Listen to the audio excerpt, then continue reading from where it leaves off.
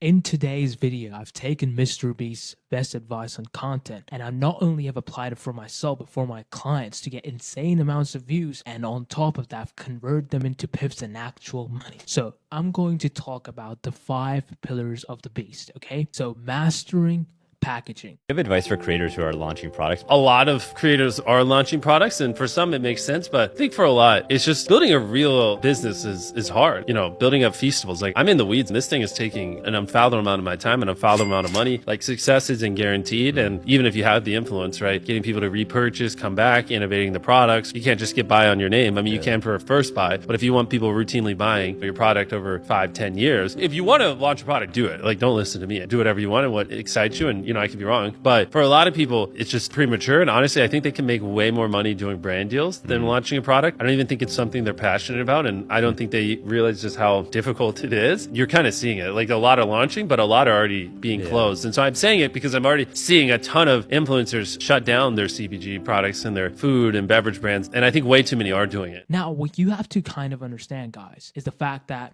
you are already doing the hard work. You have rerun an entire business. But there's a reason why Hermoses is right now doing live streams. See, the more people can feel a connection with you, the more they can see you, the more they're going to like you. It's pretty simple. I know dudes, and this is not some conspiracy theory. If you see a girl enough times, you will like her. Even though in the start you maybe not like her, but if you hang out with her enough, this is with people, anybody. So when people are developing these parasocial relationships with you, they're going to be much more attracted to buy from you, because people buy from people, not the systems. People talk about systems all day long where they're like, hey, I have this, I have that. People are not actually going to convert. The reason why MrBeast can sell a chocolate bar, or he's literally having his own bank right now made, which is crazy, right? The reason why he can do all of that is because of the fact that people like him, right? So he can create a chocolate brand, he can create a shoe brand, he can do basically anything. Because even today, as much attention and trust has gone low, if you have enough of it, if people see you enough times, they will believe in you, especially for low-ticket products or even mid-ticket products. This works super well for B2C. So the only thing that is left is packaging. A lot of you guys, when you want to start YouTube, when you want to start any of these platforms, you get kind of scared. And because, you know, starting from scratch, no one likes that. I completely get you. You actually have to sit there and be like, okay, how many times am I willing to lose on the trust that people already have by not doing the single task of creating a YouTube video, of creating a brand? Because you guys, what I can guarantee you, if I put out a CTA on my YouTube versus my IG, the CTA on YouTube would go crazy. I would get so much buying potential. Why is that? Is because people have watched me more times and for a longer duration, and they've gotten a better value as a whole. So the more will people watch you, the more likely they'll buy. That's the first key core lesson which I want to talk about, is just mastering the packaging, okay?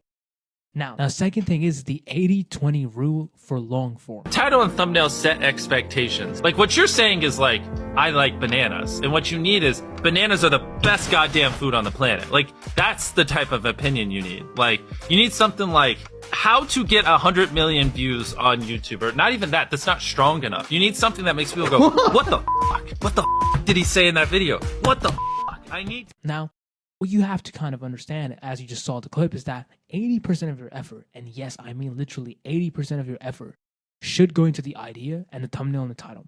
I have been doing A/B tests for the longest time so that I can see what works. I can get anybody in through the door.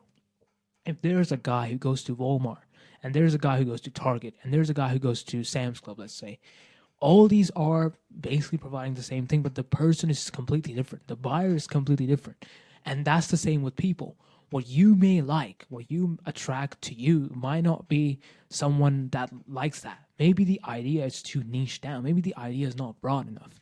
Why have I used MrBeast? Is because all of you guys know it, and all of you guys will be motivated, and you understand things really comprehensively, because he's a master at the game. You know, I'm not sitting here and taking any credit for that, but he doesn't really go in depth. That's why I've made this exact video, because he talks facts, but he's not going in depth for guys that are actually running these businesses and they want to start their YouTube and they want to create an entire brand presence which is bigger than anyone else in the space currently. Okay, so if you could make someone 100 million, right? Let's say your video is so good you can make them $100 million, but you are just not able to convince them to watch it. They don't even click on it. What is even the point then? They don't even click on it. They're like, this looks like a. Have you seen those crazy, like old school, completely like those, like they look so low quality, like a favela of a thumbnail. Like imagine like a Brazilian favela made in a thumbnail. Like that's how bad it looks. So you kind of have to work on your title and your thumbnail more than the entire videos. These videos I make, the reason why I put so much emphasis in the start of the video, the reason why you see so much is because that's what's going to make people actually stick in. A lot of the times, I have this rule, and I'm not coining this myself, but I think I've come up with it, which is the 10% rule of the hook. If a video is 20 minutes long, your intro should be 2 minutes long so that the person is already hooked in. So if you have an hour-long video, it should be, of course, not 10 minutes is too long, but at least 5 minutes, it's super engaging. Like there's edits going on, there's a bunch of stuff going on. Because a lot of people talk about the first, 3 seconds or 90 minutes of the video, but I think it's more so depending on the actual cost. Because when people put an hour in your video, they are essentially losing a lot of time. So you have to kind of compensate and just, be there like, hey, you are going to sit here for an hour. And of course, it's a commitment. And most people don't commit to anything in their life. But if you are able to convince them enough, they're going to watch the entire thing. They're going to be like, oh, I already watched 15 minutes of this. Let me go in and watch the rest of it. And that's how you get them. Okay. So focus on the billboard and not just the product, because a lot of people have the best product on the market. There's developers who are creating solutions which the world need, but they're not marketable. The reason why a CV looks at an AI SaaS B2B note taker Google Gaga app, which is just completely doesn't solve any problem, but it's marketable, they can sell it. And that's the entire thing. Imagine MrBeast putting millions and millions of dollars in a single video, and he just puts in nothing. It's a simple. It's that Brazilian favela of a thumbnail that people are gonna watch. Do you think anybody's gonna click on it? Do you think maybe, let's say 10 million people click on it, but it has the potential to hit 100 million? Now it's gone. You have to be a normal human being. You have to kind of be like, monkey sees, monkey likes, monkey watches. That's it. That's kind of like how I teach my clients even. Monkey sees, monkey likes, monkey watches. Because we have monkey brain eyes. Guys, if you put an LED in front of your face, you're going to be like, whoa. Like this RGB LED strip looks so cool. And the reason is because that we're still evolving. So that entire psychological that you have in your hypothalamus, where you basically have all your memories, your basic intrinsic fears, that's still like old age. That's still like a iPhone 2.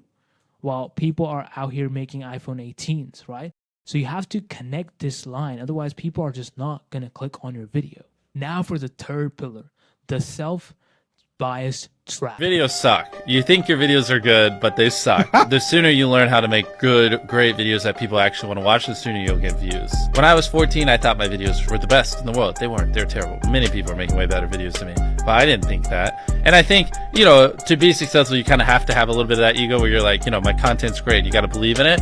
But also, like, if you have sub 1,000 subscribers, like, there's a good probability your videos just suck. Improve something every time and just, like, get to the point where they don't. Name one person who's doing original ideas, giving it his all, like, they're very well edited, great story, great retention, great pacing, consistently week after week for 2 years that didn't blow up. I don't know. In my opinion, it's pretty hard to find. Now, what you have to realize is that you're always going to be, biased towards your videos, even because the effort it took, right? You know how long the scripting took. You know how long you sat there and came up with the idea. You know how long of a process and like days of work it took. But the people don't. It's not people. It's people. So the people don't really care. Like nobody's gonna sit there and be like, "Oh, this guy I know for a fact." Even if you're saying at the start of the videos, this video took me 100 hours to do, right? You are not going to care if somebody did the same to you, will you? Like nobody really cares about that. Oh, you put 100 hours, good. Is it watchable? Is it actually good? and you have to take yourself out. Okay, so ask yourself this question, which I do most of my time. Is like, would I pay $10 to watch my own video? And even if the answer is maybe, improve it immediately. Because if you are saying maybe, who knows the effort behind it, then nobody's going to watch that video. So you have to constantly improve, reiterate, and just work on this as much as possible. Now, I have a secret method for this. This is super untapped, which is asking a friend method. So what you do is that you send whatever you're making, right? You can archive it, you can make it a little bit low quality, whatever the case is. You have a friend who's going to watch the video, and he's going to sit there and give an unbiased opinion. He could be a doom scroller. He could be like a random day ones, whatever people call it. He could be like a really rad guy who just watches YouTube all day. And you can ask him, what would you change? What you didn't like? You just make a list of what he didn't like, and boom, you have a brand new video. And this works so many times just because your bias gets just crushed.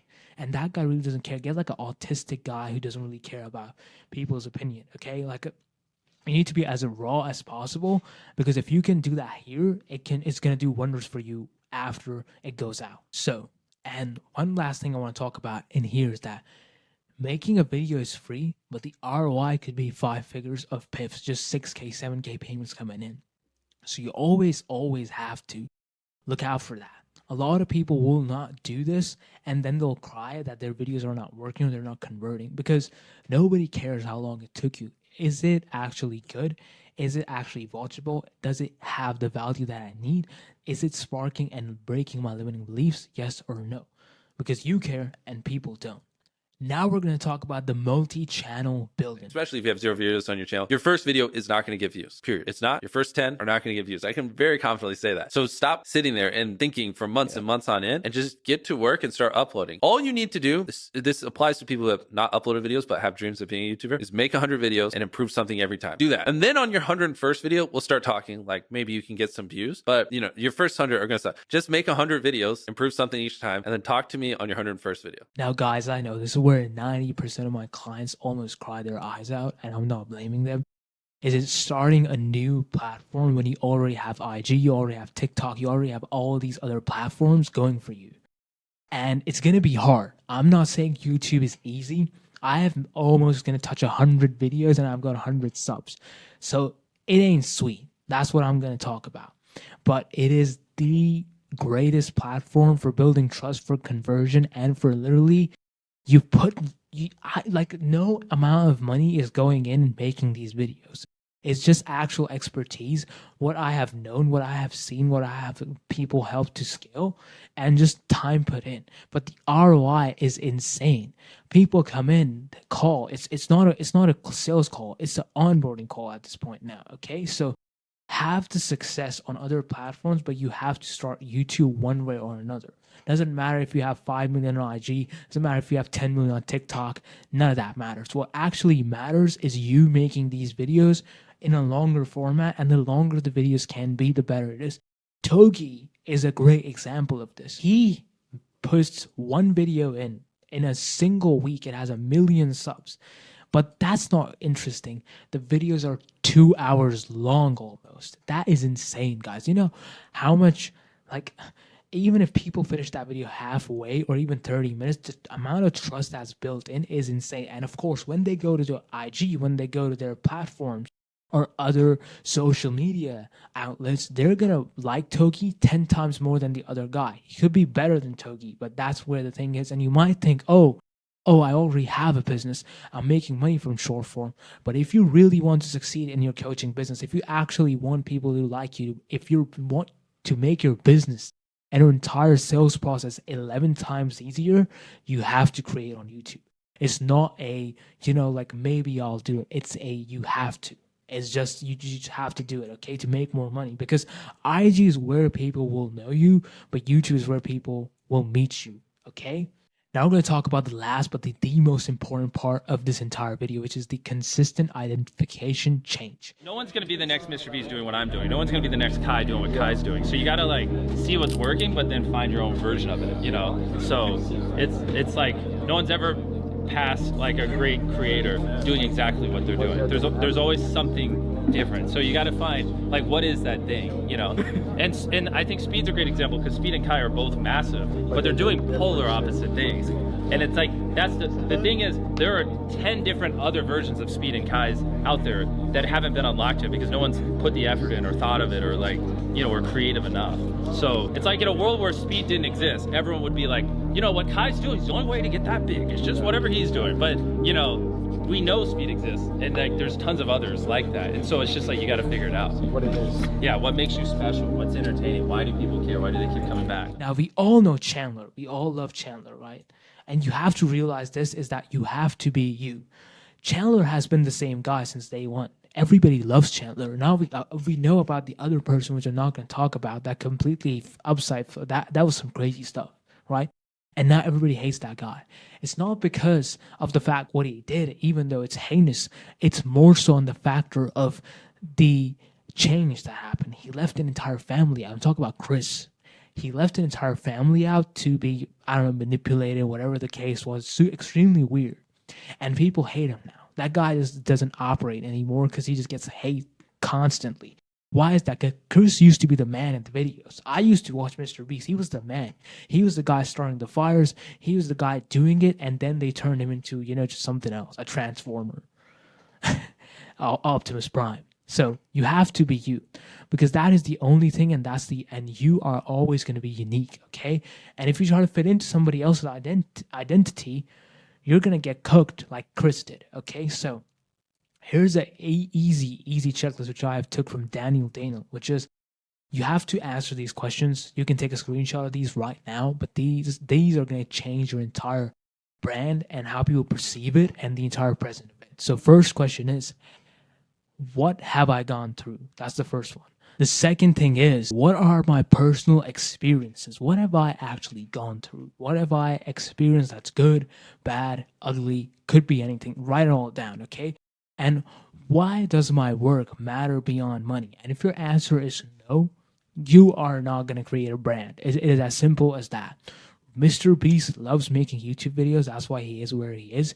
And this cliche advice, you have to love what you're doing, is kind of true. But you can change it over time. You can love aspects of different things in your business. Maybe it's helping people. Maybe it's the transformations. Maybe it's the impact. Maybe it's you becoming famous. Could be anything, but it has to be beyond, because if you're like everyone else, like, you have to understand that people only have one eye, right? They only have one eye. And that eye can see through a lot of stuff that's going on a day-to-day basis.